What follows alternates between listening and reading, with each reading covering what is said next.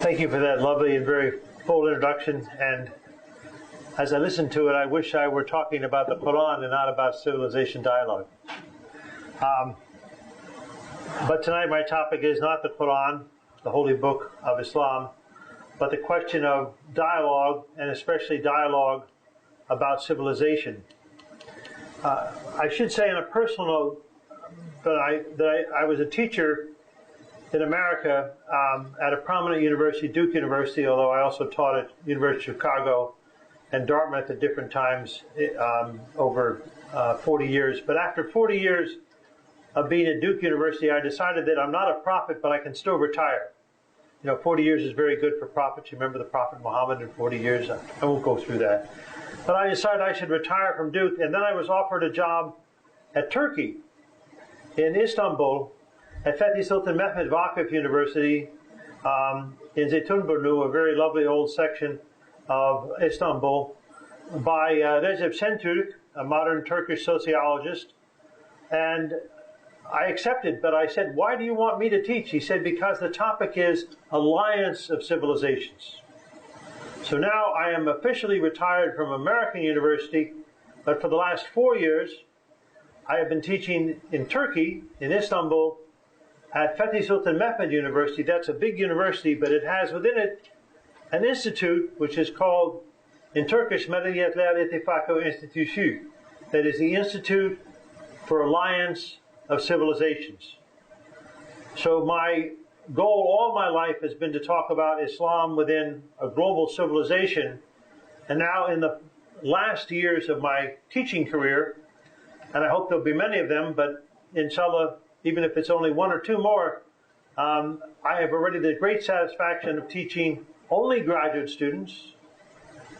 Most of them are Muslim. There are actually a few who are not Muslim, but most Muslim. Some come from Bosnia, Albania, Eastern Europe. Some of them come from Jordan, from Palestine, from Cairo, from Egypt. Some come from Southeast Asia, Mindanao in the Philippines, some from Indonesia. I'm sorry to say nobody from Pakistan, India yet, but if you want to apply, please feel free. But I must warn you, if you apply, every student must know 3 languages. 3 languages. Obviously Turkish, because it's a Turkish institution, English, and Arabic. So we have Arab students who don't know Turkish and may know English. They have to learn Turkish. Turkish students who don't know Arabic and some English. They have to learn them. But everybody has to know Turkish, English, and Arabic, not simply to write and to speak, but also to write in academic terms. This is a great challenge. It's a challenge for me because my Arabic and English is okay, my Turkish is a little weak.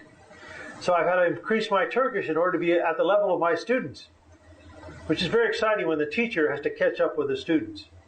So I'm enjoying very much the last 3 or 4 years since 2011 that I have been living every fall. I don't do it all year, but every fall from September through December. I live in Istanbul. I teach between 18 and 20 students. And by the way, I shouldn't say this, or maybe I should say this, more women than men. Why is it? Why are the women so strong? But I'm really happy. Really good, strong women. And in a class of 20, I have 11 women and 9 men. The men are almost catching up. But it's really a great combination of women and men, people who come from Europe, from Asia, from the Arab world, and we all are focused on civilization and alliance of civilization. But today, I have a task which is very difficult because many people, even in Turkey, even in the institute where I teach, ask, why civilization? Why do we bother with civilization? The world, after all, has nation states. It has a global economy. It has the information age. All of my students are millennialists. Millennial doesn't mean that you believe the world is coming to an end. It just believes the internet has taken over. All of my students grew up thinking that if they could put something on a keyboard, they had all the information in the world. I used to go to a library, pull books off the shelf, take them out, go home and read books. My students say, "Oh no, I can just get this online." Boom, boom, boom. There they have the book on a screen. These are people called millennialists. All you in the middle of millennialists, some of you are, most of you are not. So I mean, this is the way in which the world is going. And they say, why civilization? It's too big. It's too much to talk about civilization. And my argument is that civilization remains important because it's an envelope. It's a big container of many, many different things which are culture. And in fact, civilization is culture, culture writ large, culture magnified over time and over space. And I want to say that the first thing is space. So even though civilization is an English word, it comes from another word in Greek, ekumene, which is also the same as used in Arabic as, I hope some of you know Arabic, al-Ma'mur. Al-Ma'mur means occupied land. And that's the same as in Greek ekumene. So it's not just a Greek Western term, it's also an Arabic Muslim term, and they both mean the world that's occupied. Whether it's al-Ma'mur or it's the ekumene, it means world that's connected. So before the 16th century, the discovery of America, the known world was the Mediterranean, the Indian Ocean, the Pacific. It went from Africa to Asia. There was no America. Well, of course there was America, but it wasn't part of the ekumene or the al-Ma'mur. And so in one sense, when one talks about civilization, it's cities, it's commerce, it's travel and trade. Of course, it's also warfare, but it's the known world. And what circulates between the known world, that is the basis for civilization. It's space. Space where conferences and exchanges of people take place, and also through trade and business and ideas. Time, that's space. But the time element is much trickier. Where does civilization start in time? I follow, as I said in my topic here, Ibn Khaldun, but also Marshall Hodgson and Richard Bullitt. And I believe that civilization goes back at least to 3,000 before the Common Era. 5,000 years ago. You have to start 5,000 years ago if you think of civilization.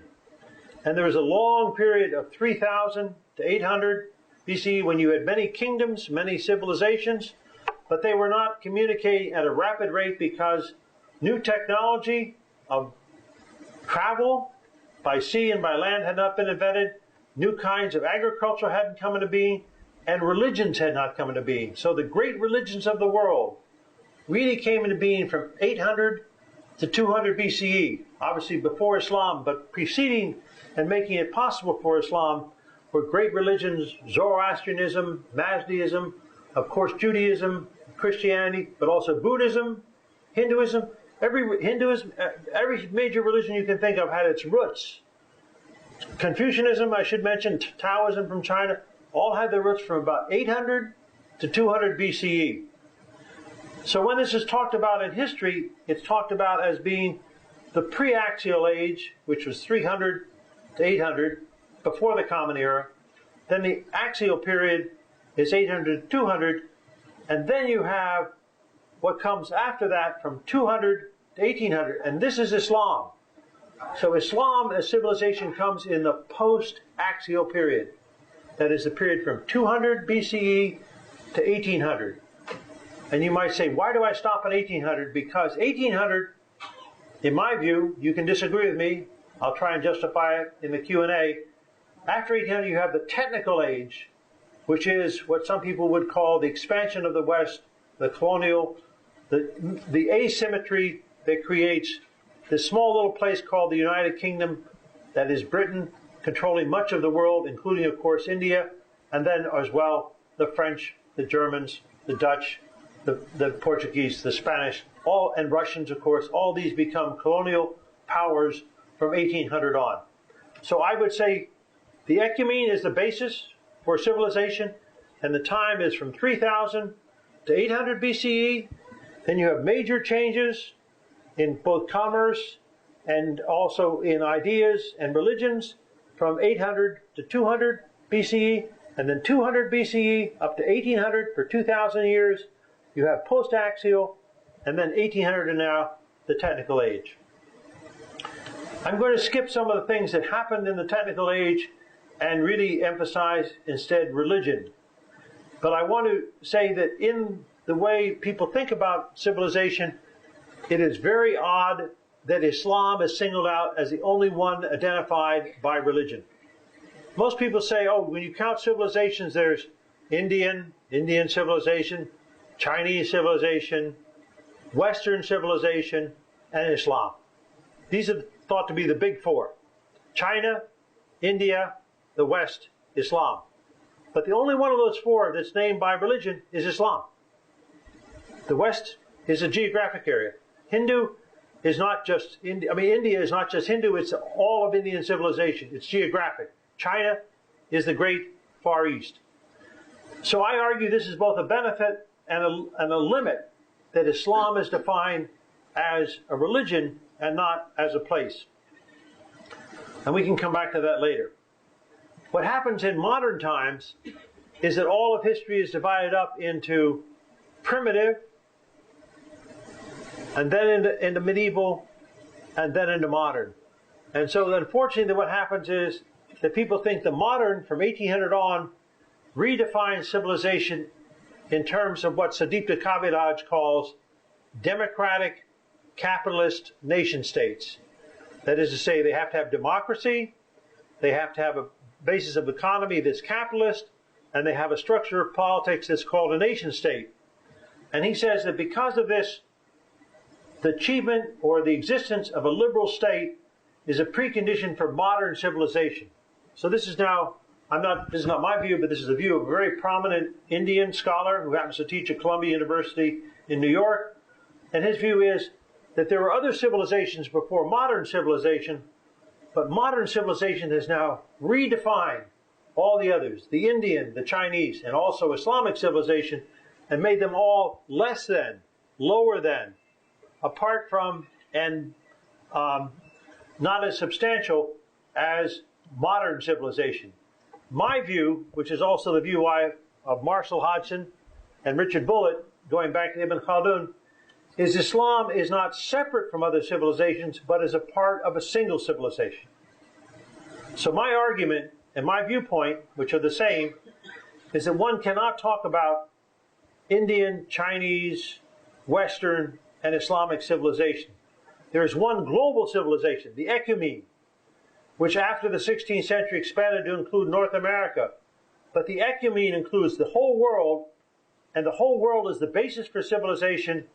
There are Chinese, Indian, Western, Islamic accents, Islamic or other kinds of influences and directions, but the basic frame of the entire world as a civilization is not divisible.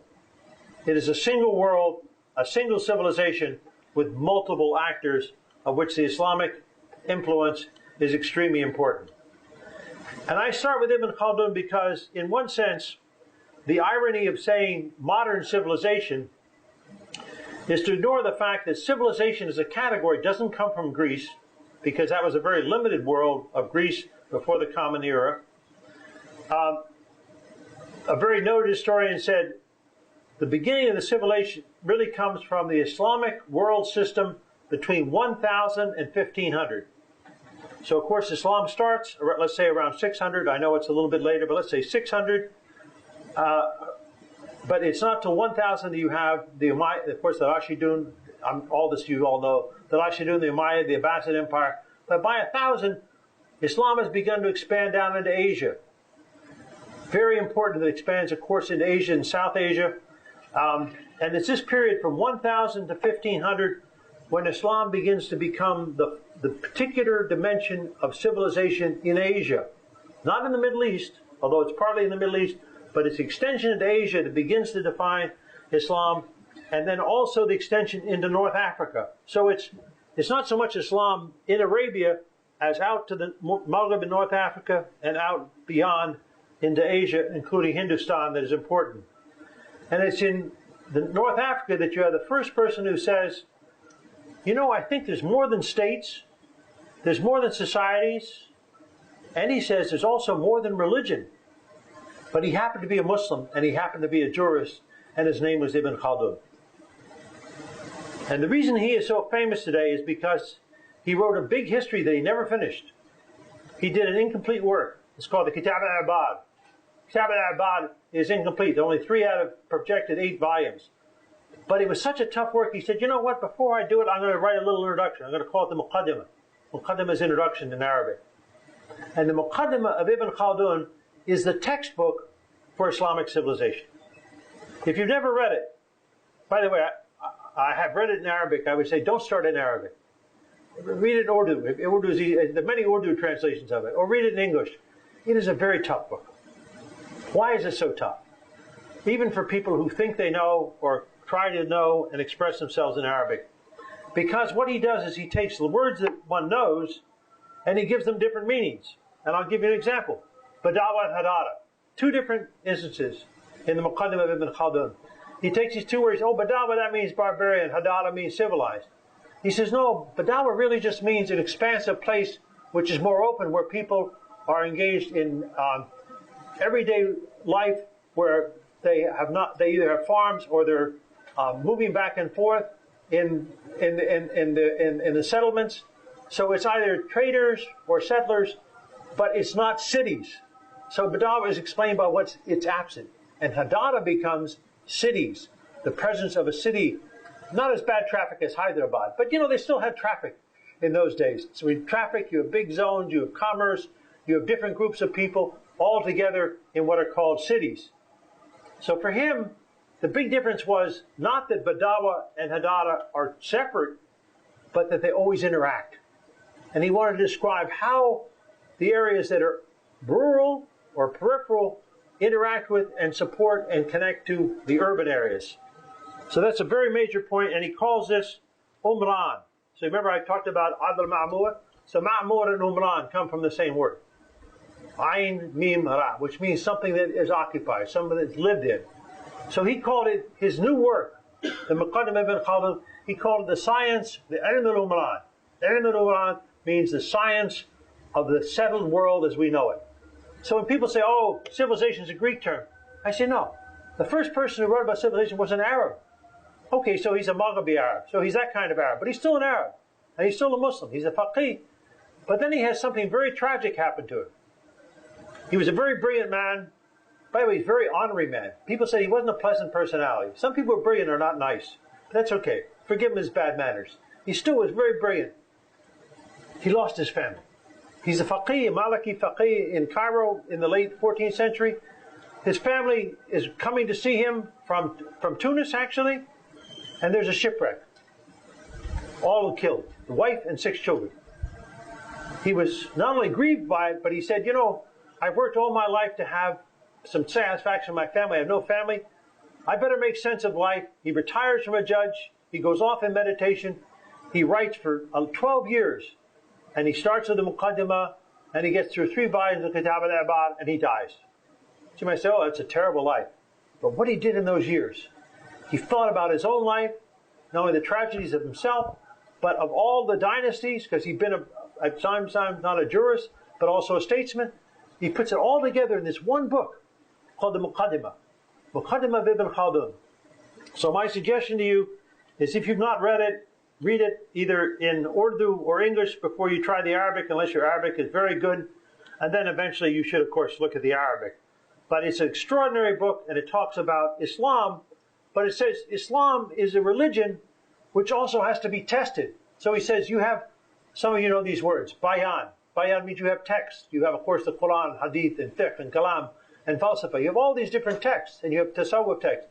But he says those texts don't really give you irfan. And he was not a mystic. He was not a Sufi or a sheikh. But he believed that knowledge is something you absorb, not something you read, but something you absorb. So he says there's bayan and irfan. But he said the true knowledge is burhan. Burhan means something you can prove, something you can test. So he was not only a jurist and a historian, but he was what we would call an empiricist. He wants to have empirical evidence that tests so you can see it before you know it and before you act on it. Long before we had all this rise of the West where people said, the problem with Muslims and others is they don't have empirical knowledge. Ibn Khaldun was an empiricist before Hume, who is often considered to be the father of empirical thought in the West. That doesn't mean he got it all right, but he got it mostly right in saying you have to know something by seeing it, not just by reading it, and not just by feeling it. So he was a very bright, if tragic figure, and he started us off in thinking about civilization. And this Ilm al-Umran, or what he called sometimes Ilm al-Umran al-Alam, the other word he used was the science of the world, of the civilized worlds, which he called Umran al-Alam. So this Ilm al-Umran or Ilm al-Umran al-Alam was for him the basis for everything that could be said about Islam, but also about the civilized world. When I was in Damascus back in the 90s, I had somebody who was a very talented writer, Sa'ad al-Wanus, and he says, you know this Ibn Khaldun, even back in the 90s I was loving Ibn Khaldun. He said, oh, this Ibn Khaldun, he was upstaged by Tamerlane. Tamerlane, he's a great Mongol scholar, great leader who built Samarkand and Bukhara. And Tamerlane and Ibn Khaldun met in 1400. And this friend of mine who's from Damascus says, oh, Tamerlane completely outwitted Ibn Khaldun. He just told him, you know, force prevails. You can never predict anything. Your scholarly work, everything you've done is going to be overshadowed by me. And now, years later, people are going back and they're reading and say, oh, you know, Tamerlane was the more powerful ruler, but Ibn Khaldun was the more powerful thinker. And this book, Munam-Namat al-Tarikhiyya, any of you who can read Arabic very well, Munam-Namat is shards, little tidbits, and Tarikhiyya is historical. So historical remnants or tidbits by Sa'ad al-Wanus. He's unfortunately he's now deceased, but a marvelous who wrote about Ibn Khaldun and said, don't think that he lost. Even though Tamerlane could have killed him, he still outwitted him in some of the arguments. So here's a man who not only was a brilliant thinker, but he could stand up to Tamerlane, which is, I don't know, it's tougher than even standing up to Putin, I think. But I'm not a Russian, so I may be wrong.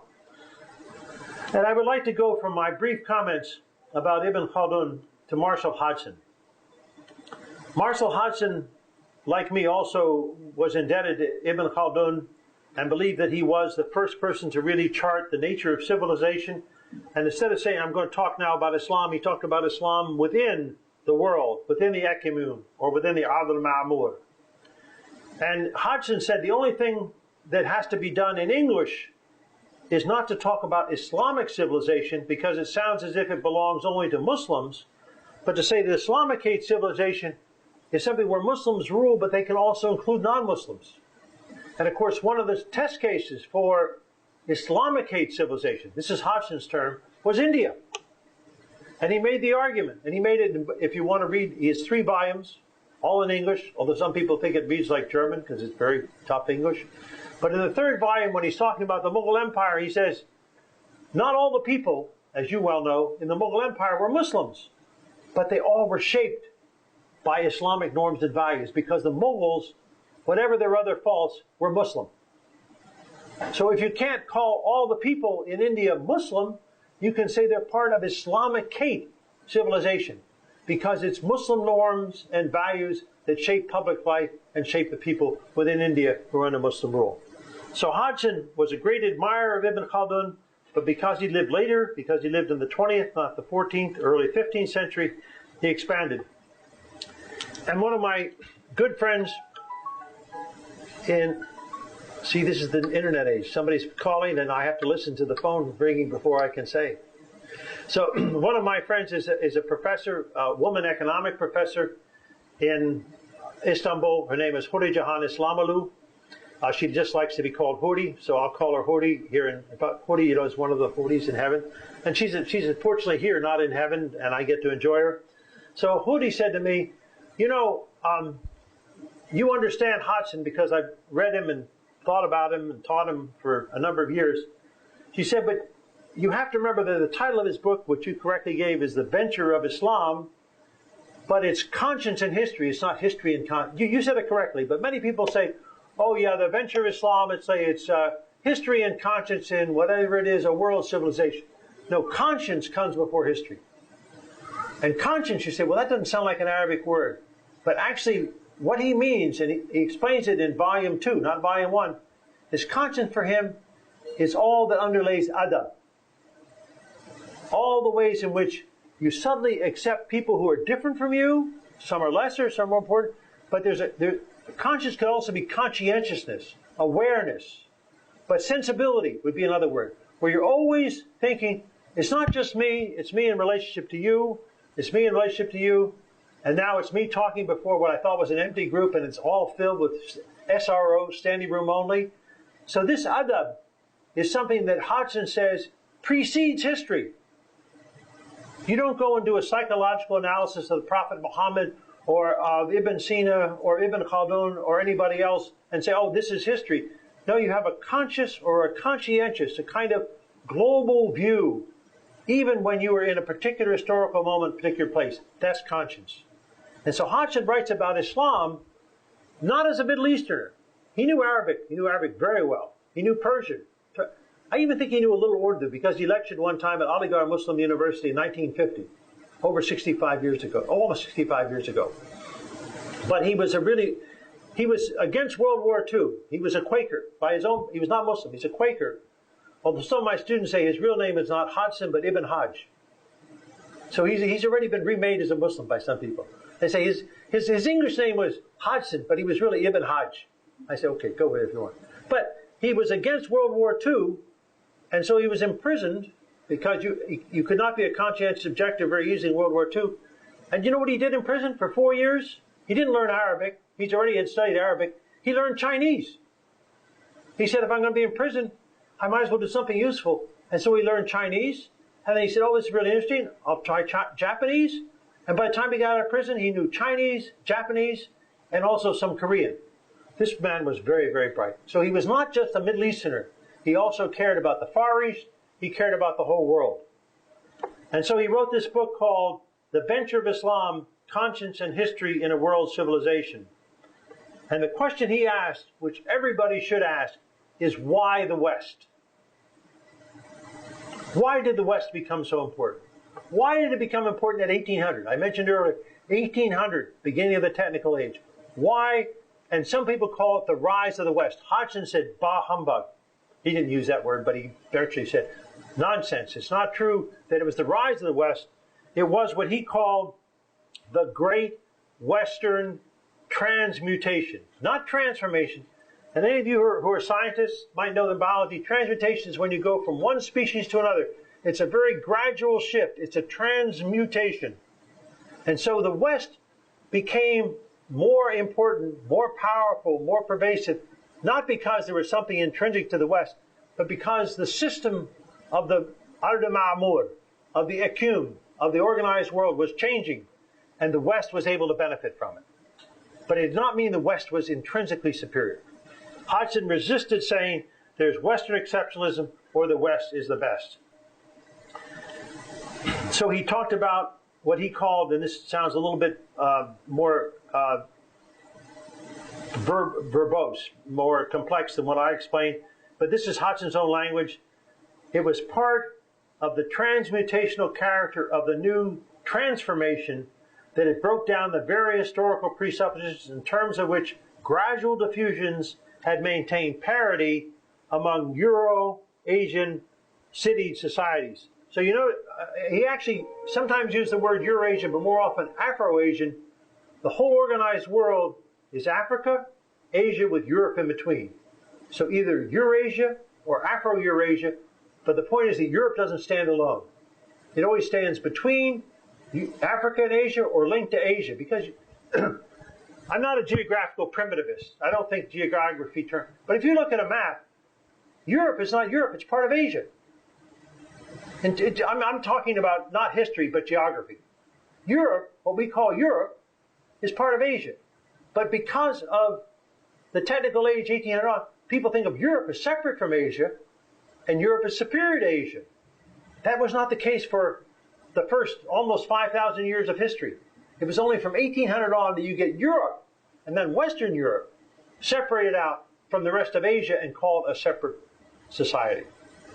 So Hodgson says, let's be honest and let's say there's Eurasian or Afro-Eurasian society, and the Great Western Transmutation, this is to finish Hodgson, once it got well underway, could not be paralleled independently, that is, no other part of the world could catch up with Europe, nor could other parts of the world borrow from it wholesale. So once the Western transmutation got underway, it could not be paralleled independently, nor could it be borrowed wholesale. The result, this is Hodgson from The Venture of Islam. it also could not be escaped. And so the millennial parity, that is the 1,000-year equality of social power, broke down, and this is his moral judgment, with results that were disastrous almost everywhere. Because when you cease to have parity, you're going to have some people win and lose wars, but there's always the possibility of you lose 1 year or 1 decade or one century and you'll be restored the next.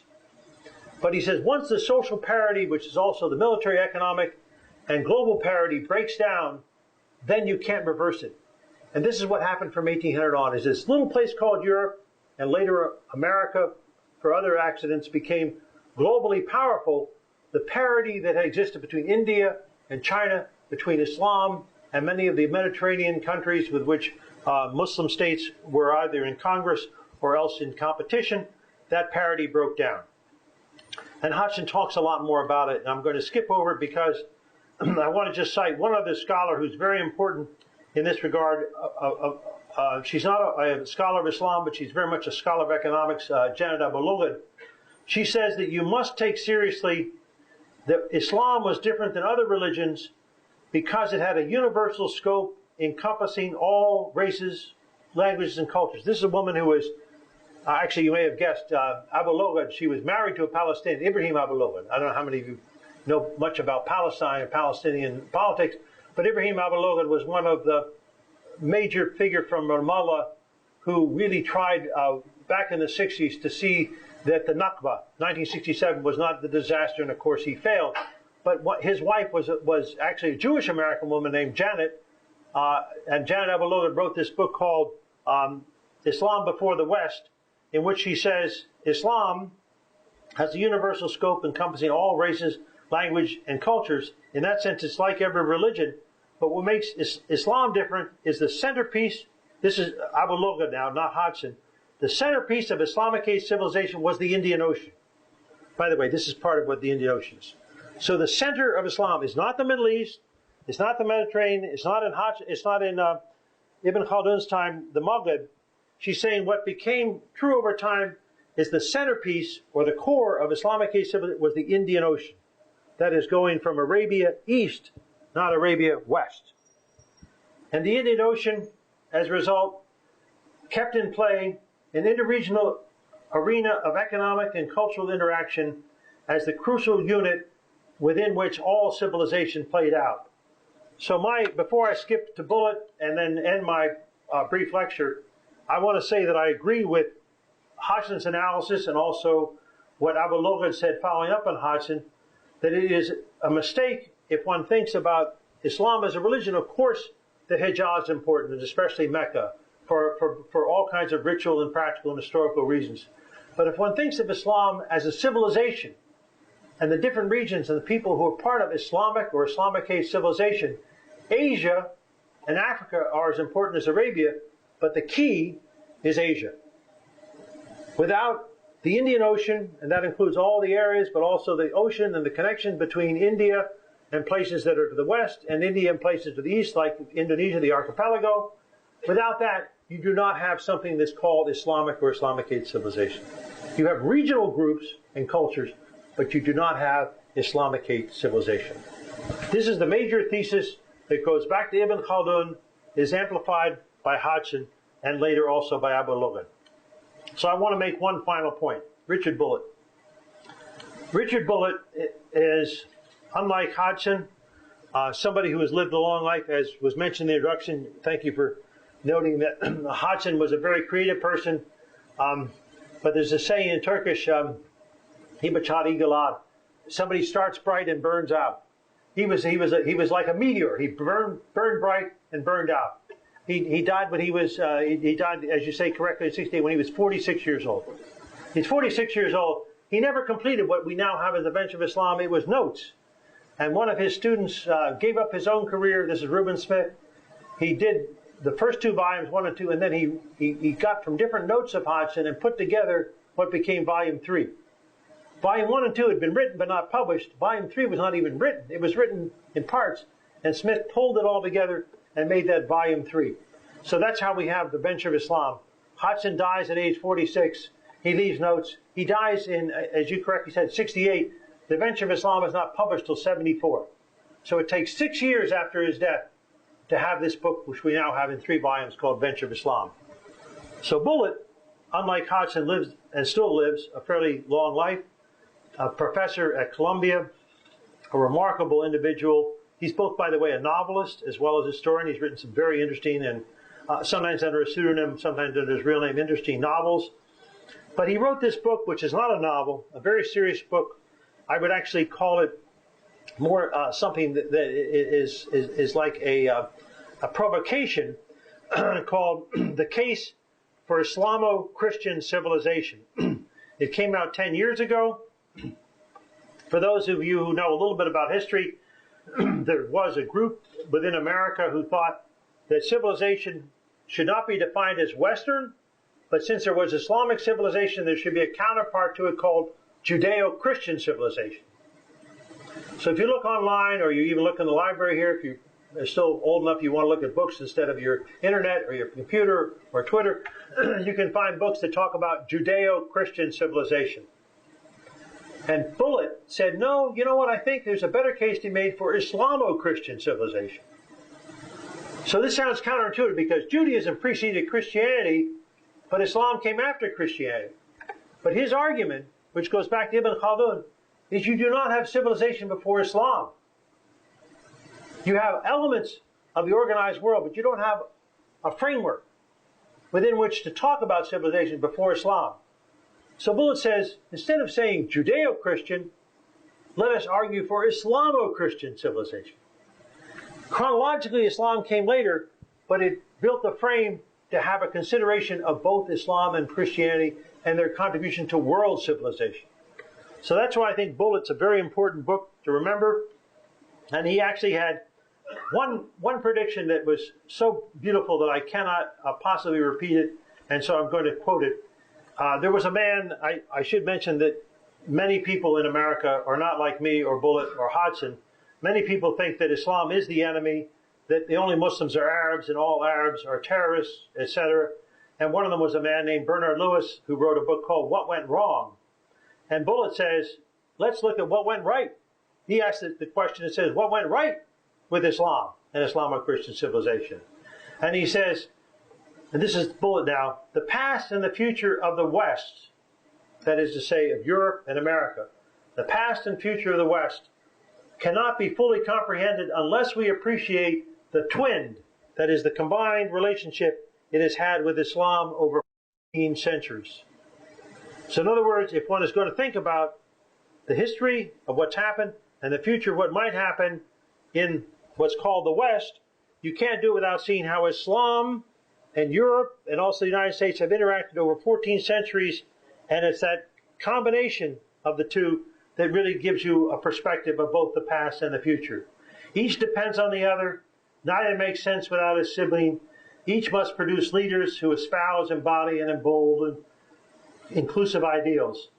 And then Bullitt makes a prophecy, and I want to end with this prophecy.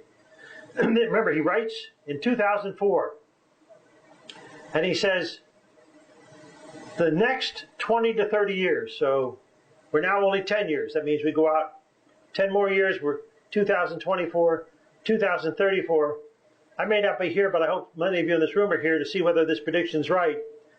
If not the next 20 years, 2024, by 2034, we will see Muslim religious leaders of tolerant, peaceful conscience in the mold of Mahatma Gandhi, Martin Luther King Jr., Nelson Mandela, eclipse and in respect and popular following today's advocates of jihad, intolerance, and religious autocracy.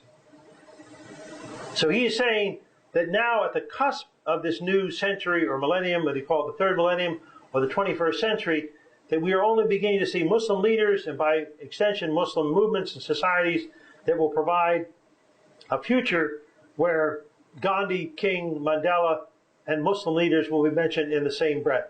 And by the way, I want to say, just in closing, that one of the people whom I've been privileged to know is Muhammad Khatami, who was at one point, after the death of Khomeini, president of not the supreme leader, but the president of the Islamic Republic of Iran. I've actually met Khatami.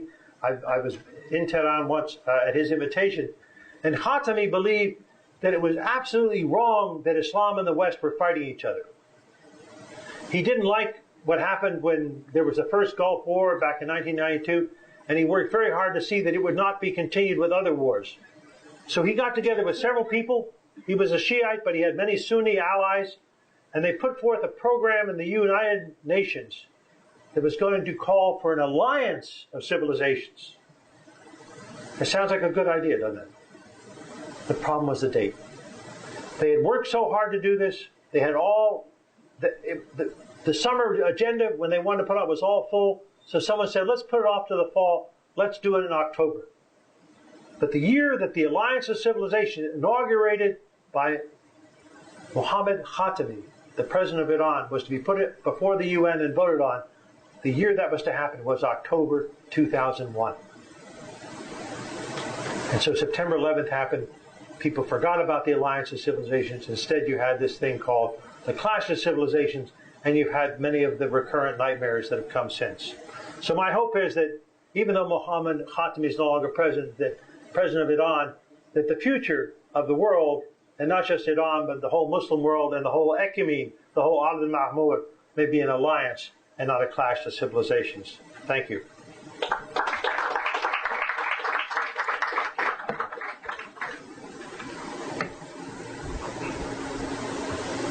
They came.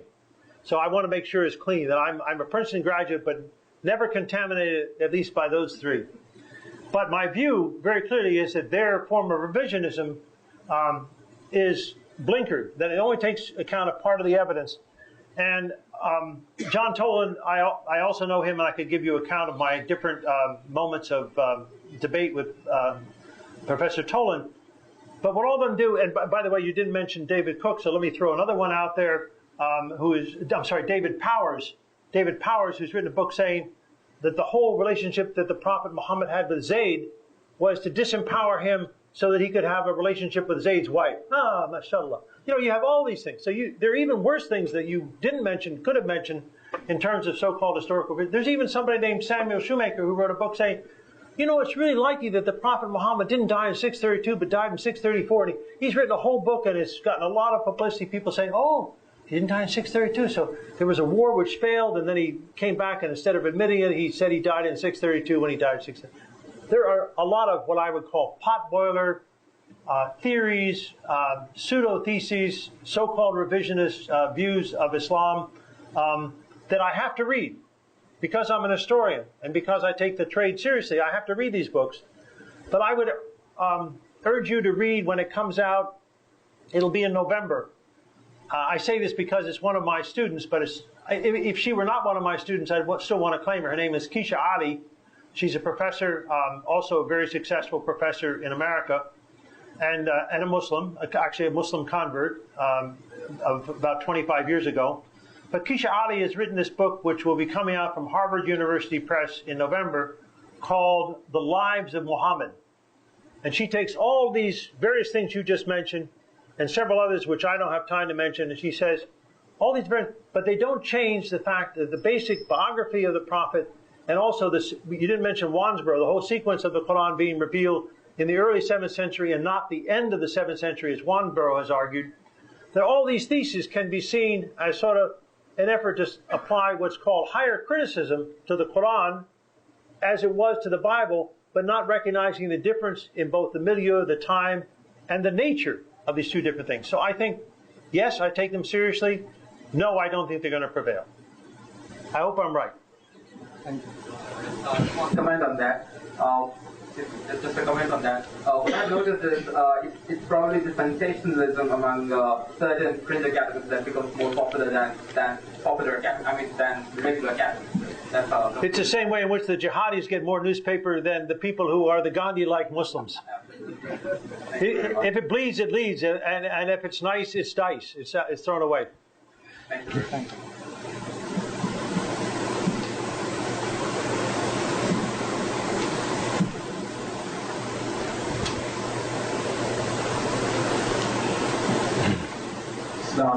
Walaikum assalam.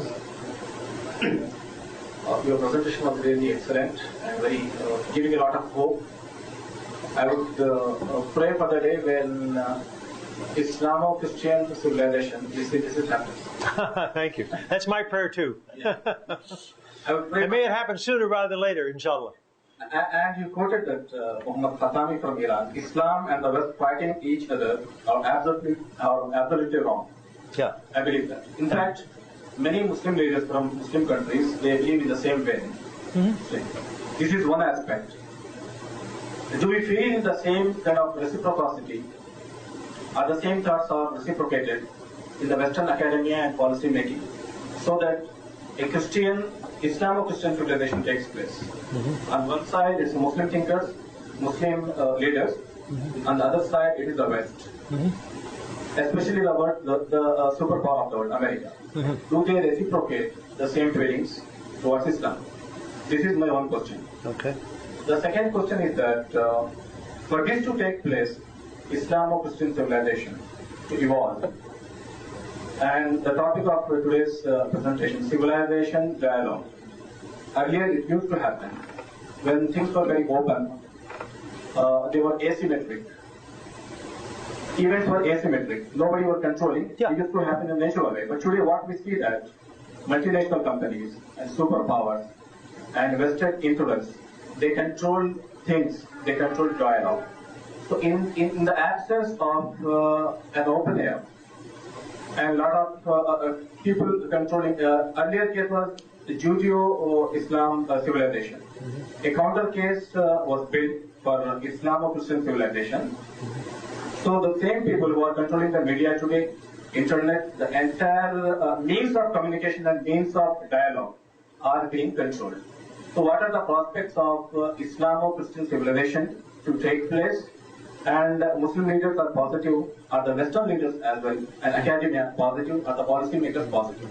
What's your Okay, let me take the second first. Let me come to the question of which economies are engaging in, and take the second one where you mentioned policies and media are controlled. One of the things I find both refreshing and disturbing about the media is it's not controlled. That the millennialists, and I have most of my students, all my students actually, are younger than I am, and some of them are quite young. They're young enough to be my grandchildren. But I don't treat them like a grandfather. I listen to them very carefully, and I try and not cajole them the way the Prophet Muhammad did Hassan and Hussein, but try and empower them to say their own speech. They say, you know, we have to choose which we take and which we leave from the internet. The internet is not something that gives you control, no matter how powerful you are. I have many friends who said, you know, it's really terrible the way things worked out in some of the Arab Spring countries. But without the social media, there would not have been the possibility to even think about upseating somebody like Ben Ali or Mubarak or Gaddafi. All these people who were... I went to Egypt in December, just to give you a specific... December of 2010. One of my good friends is a very dissident Egyptian woman named Nawal Saadawi. And Nawal said, Bruce, she called me Bruce in that kind of high tone. Bruce, she says, I am fighting for women's rights, but I will never unseat Mubarak. December 2010. Look what happened. He seemed to be able to control everything. He was gone within 2 months. So I think we cannot understand how change is happening. And so what seems to be control is actually a very slippery slope where there are, especially the young people, especially I think the next generation, are really considering ways that they can have power in public space. If it's not political power, social power. If not social power, at least access informational power. But the line between virtual and real power, I think, has never been thinner and more porous than it is now. I'm not saying that means the world is going to be changed for the better. But what I am certain of is there will be changes that none of us in this room today can predict. Some people get very mad at me and they say, why couldn't you predict the Arab Spring? I say, you're mad at me. Talk to the economists in 2007. These are people who paid a lot of money. I'm paid a decent salary, but not a lot of money. The economists are paid a lot of money. None of them in 2007 got it right that in 2008 there'd be a collapse. Are they criticized the way we historians are? No, because it's just the economy. The economy? Thousands of people lost their jobs. The whole world was changed. And where I teach now, the Alliance of Civilizations, is in Istanbul. It was supposed to be both Istanbul and Madrid. You know what happened to Spain in 2008? It went down, down, down, because the economists got it wrong. So it's very hard to predict whether it's economics or history. But what you can predict is that change will happen in ways that we can't predict. That's the only prediction that works. The changes will happen in ways that we can't predict. At universities, not all universities are believing in Islamo-Christian dialogue. I didn't want to say that. If I said that, awad billahi, I take it back. It's not my statement. But what I will say is there are more universities that are interested in hiring people who think about Islam in a critical but balanced way. It doesn't matter if you criticize, but you have to balance criticism with also appreciation and, where it's possible, with praise. When I began teaching in the 1970s, I was in a university which was one of 7 universities where there was somebody who was dedicated to Islamic studies. I was not that person, because I, in those days, was studying Indian civilization. To be honest, I knew more about Sanskrit and Hindu civilization than I knew about Islam and the vagaries of Ibn Khaldun in Arabic, Persian, Turkish, Urdu. This is the early 70s. Now, in 2014, there are over 300 places, between 250 and 300 places, where you have people dedicated only to Islamic studies. And guess what? Unlike me, some of these young people are Muslim from birth, or they have been secular Muslims and they've rediscovered an Islam in their life, but also become scholars. So you not only have more places where Islam is taught, and I mean Islam, not simply pablum studies that say, oh, Islam is like Judaism or Christianity, but genuine attention to the difference as well as the coherence of Islam in over 300 places, when 40 years ago there wasn't 5 or 6. Does that mean it's all going to get better overnight? No. But it does mean there's change, there's openness. There's been some people who've gone the other way. Let me agree with you that in some places not only is there not Islamo-Christian civilization, but there is bashing, or what we call Islamophobic reaction. And I can name a few universities where that happens, but then it would be publicized and they would send me nasty emails. But there are such universities. Afterwards, I can tell you privately. But there are universities which treat Islam as not only a distant cousin, but as an unwanted member of what's called the Abrahamic group of Judaism, Christianity, Islam, Mazdaism, Zoroastrianism, and possibly Sikhism. All these are considered to be kind of with an Abrahamic view of prophetic religion. But I would say that the wave of change and the arc of hope is higher and more promising today than it was when I was your age, because you're not more than 35, and I was once that age. So the second part of my question. Oh no, you had 2 questions, now you're going to get 3. Okay, I'm fine. Go ahead. As long as he tolerates it. You answered the first part, the evolution of this, the synthesis of the evolution of Islam. The prospects are better. But the second question I told you is that regarding the Muslim countries, Muslim youth today, a lot of people are How the West is reciprocating. You wonder how the West was reciprocating. How the West is reciprocating, particularly the superpower of the world. The superpower of the world, the entire Senate, both the opposition and both the ruling people. Yeah. I don't want to go into specifics. Yeah. But what is your opinion how the West is reciprocating? So I thought you were asking about education, and I gave you the answer about educational institutions. But first of all, no. Let me say, I'm like Ibn Khaldun in this. No, I'm not a politician. No, I know. No, I say, I'm like Ibn Khaldun, but I'm not a politician, Monkey. I'm just one who's glad he's not a politician. Every day I pray for President Obama to succeed, and every day I'm disappointed because he's got an impossible job. I mean, I absolutely agree that the West is not, in my opinion, has not done as much or done as well as it could, not just by the Muslim world, but by foreign affairs in general. I think there's a whole set of ways in which, I'll give one specific example. After 9/11, I was a very loud voice and a very prolific writer about one thing. I'm old enough that I served in the U.S. military. I served in the U.S. Navy back in the early, and I was almost part of the Cuban Missile Crisis when there was somebody named Khrushchev and somebody named Kennedy, the 2 Ks, were fighting over a little island called Cuba. Most of my students, they know Cuba is a place where people don't have good cars, but they don't realize it was a place where almost nuclear war happened between the West and the East, between Russia and the United States. So I would have not become a scholar. I wouldn't have had a life. I would have been on a ship that was invading Guantanamo, where they had now keep the prisoners, and which President Obama has tried to close down and not succeeded and gone back and forth on. I would have ended my life in it. But what happened is, luckily that didn't occur, but politics is still very tough. And some bad decisions are made. And after 9/11, I said we should reinstate the draft. I don't think in India there's universal draft. But there is universal draft in Turkey, where I teach. Every male student of mine has had to serve in the army for 2 years. If he can't do it, he has to pay for it, and it's a lot of money. Very expensive to pay your way out. But in the United States, after the Vietnam War, people were so crushed by the foolishness of that war. It turns out, in retrospect, it had been a very bad war. But they abolished the draft. They said, oh, we're not going to go to war, we're going to become a peaceful country. The problem was, war didn't end, the draft did. So I argued, and I still argue, that it would have been much better for the United States to reinstate the draft. And if there are people like Marshall Hodgson who don't want to fight a war, have them go into local communities and do social services or help them be teachers in poor neighborhoods. But there are 1,000 ways in which, even in America, you can serve your country without making yourself wealthy. So 2 years of national service, whether it's military or otherwise, I still think America should have done that.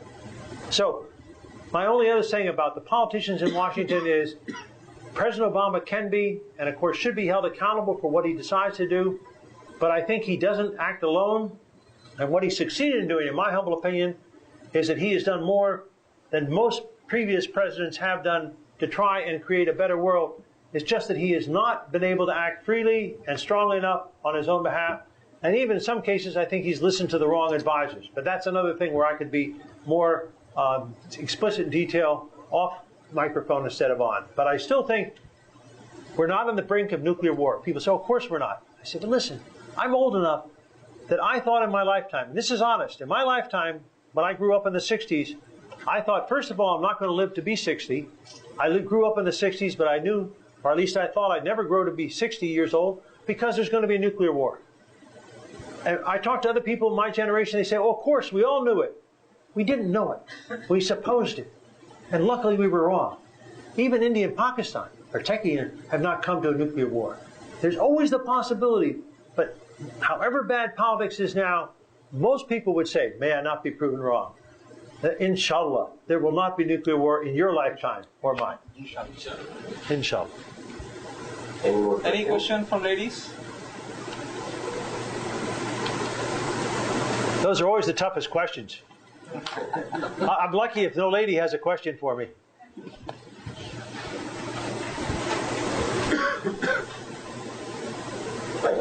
We'll proceed with the program. I would now request Dr. Khalid Zafar to give a copy of Holy Quran to Professor Bruce Lawrence. No translation.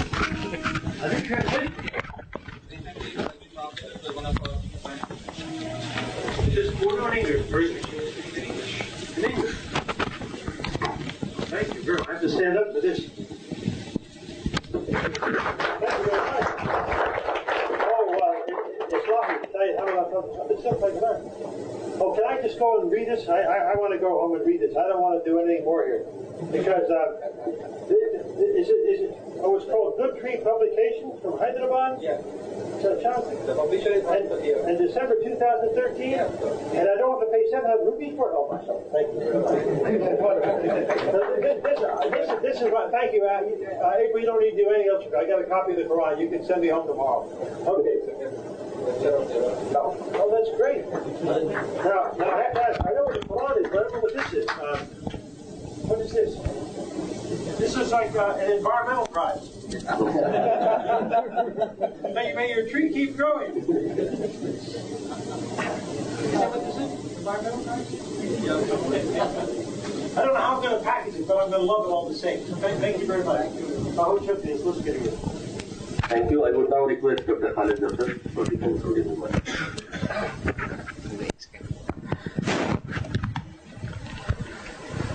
Assalamu alaikum wa rahmatullahi wa barakatuh. Respected Professor Bruce Lawrence, my dear friend Salil Khader and Miss April Wells, and the dignitaries on the dais.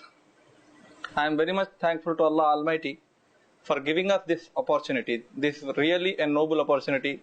I think one of noble opportunity in my life to have this program. I am very much thankful to Almighty Allah. We have just listened a marvelous, enlightening, and beautiful lecture. The topic was very delicate, and I am congratulating Professor Lawrence to handle it very carefully, with fragility. Alhamdulillah.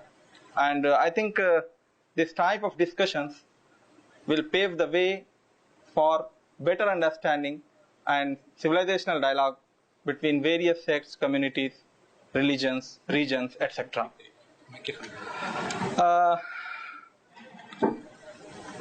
Simultaneously, I would like to remind Professor Lawrence that this is the gathering which we gathered by your name and the topic only. The presence of such a huge gathering here shows the interest of the attendees in the topic. We are all thinking about the positive change in the whole world, and we are expecting such kind of communications and dialogue between various communities, and we want to get rid of the situations in which we are prevailing right now. Alhamdulillah, this is the first program from Islamic Information Center. We wanted to initiate such kind of dialogues. We want to invite other religion people also and other dignitaries, academicians on various topics which are related to Islam and other religions, so that a better understanding can be framed. So this is an opportunity for us, and we started our program by such a beautiful lecture by Professor Bruce Lawrence. I don't want to comment on the lecture, and I don't want to be in between the talk and you. I don't want to just waste the taste which I actually observed. This is a very tasty lecture. Literally, I enjoyed a lot, and I'm very much thankful to Professor Lawrence. I hope this kind of relation which Salil and April Veres, they offered this type of opportunities for us to make a good relation and to understand in different perspective. I was there in US for in the last 2 months, and I also met very different personalities there. I interacted with various communities there, alhamdulillah. So I hope this kind of activity, this kind of struggle will definitely change the situation. We know that we could not change the politicians as Salim was expecting, but this type of academic activity, this type of sincere, sober activity, this type of interaction will definitely help in paving the way. Jazakallah.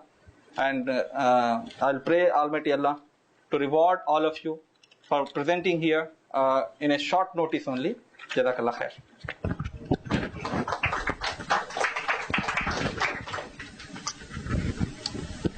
Thank you all of you. We conclude the program here. I am thankful to all of you for being part of this program. And inshallah in future, whenever we organize this program, we request you to be part of it. Jazakallah khair. Thank you very much.